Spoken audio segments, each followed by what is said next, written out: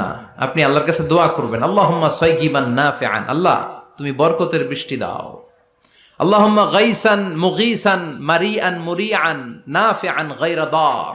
বিষ্ণুই পড়তেন, আল্লাহ এই বৃষ্টিটা যেন উপকারী হয়, এই বৃষ্টি থেকে যেন ঘাস লতা পাতা কিছু পায়, এই বৃষ্টিটা যেন আমাদের জন্য বরকতময় হয়, যেন কল্যাণময় হয়, কোনো ক্ষতির কারণ যেন না হয়, তুমি কবুল করো। আবার বেশি বৃষ্টি হলে বিষ্ণুনবী দোয়া করতেন, আল্লাহুম্মা হাওয়ালাইনা ওয়ালা আলাইনা, আল্লাহ আমাদের এলাকায় আর বৃষ্টি দিও না, আমাদের চারিপাশে দাও।